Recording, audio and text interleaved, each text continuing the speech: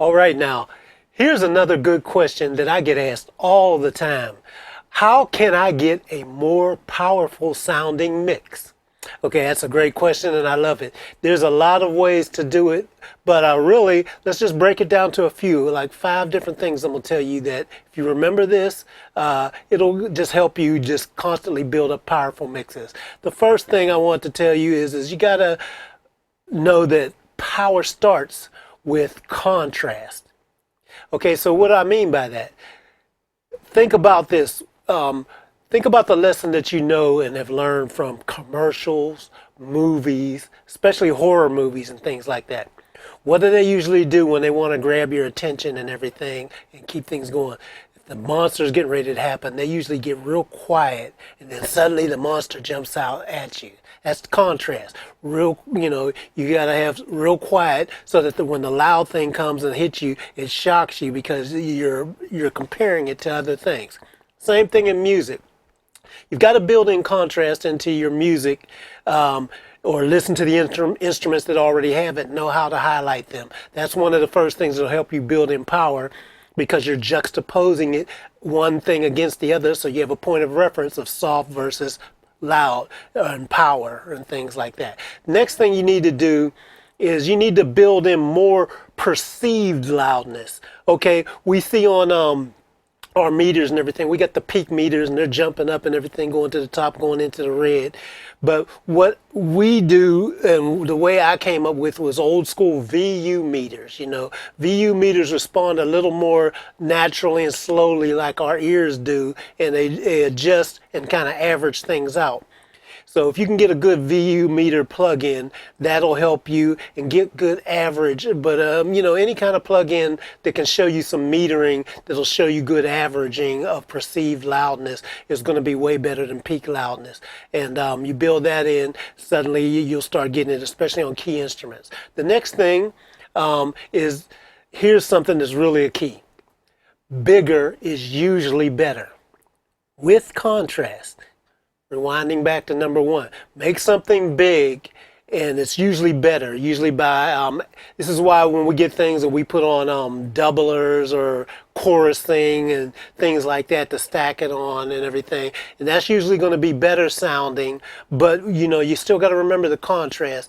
If you make everything bigger, then suddenly nothing is bigger. You have to contrast that with things that sound smaller and a little bit back compared to the thing that you're making big. So this comes to identifying the things that need to be big and then just keep stacking on in ways to make them bigger. Parallel compression, effects, things like that can all do that to help. And then that all ties in to the perceived loudness. Okay, then the next thing, getting a mastering of saturation, distortion, coloration.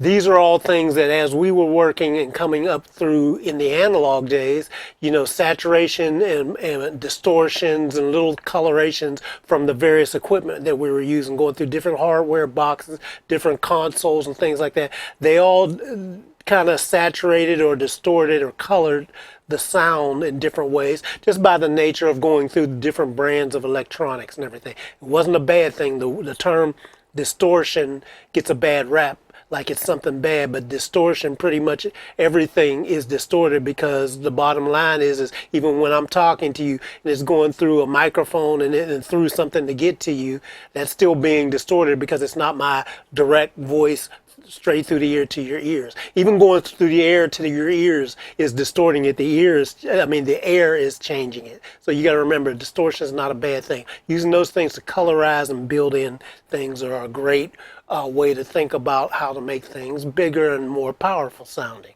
Okay, and then finally, let's talk about frequency and dynamic control. That's a huge one, because frequency control and knowing what to take out common problems and take them out. You saw my common problem frequency chart. In fact, I have one right here that if you haven't downloaded this, go ahead and download it. It's absolutely free. But knowing how to control and get rid of problems, and then know where to enhance and everything. This is how you get a powerful mix, by getting rid of problems so that they don't suck the life and energy out of what you're doing, and that way you can make everything shine a little bit more overall. Okay, and dynamic control, because it's the same thing. If you got stuff all over the place, super loud, super soft, and everywhere, especially the most important instruments and everything, you've got to tame them and put them in an area that that they still have the life of the dynamics that are naturally built into it, but it needs to be contained within the overall picture of the song, and also according to the things that they're surrounded by. If you take these tips here and use it to contain what you're doing, you'll get a powerful mix every single time. But you know, it is a little bit deeper than I can get to you on this one video, but I'll talk to you in future trainings. I wanted to give you an overview of different things you can think about to get a powerful mix. I'm Khaliq Glover, also known as Khaliq-O-Vision. I'll catch you later.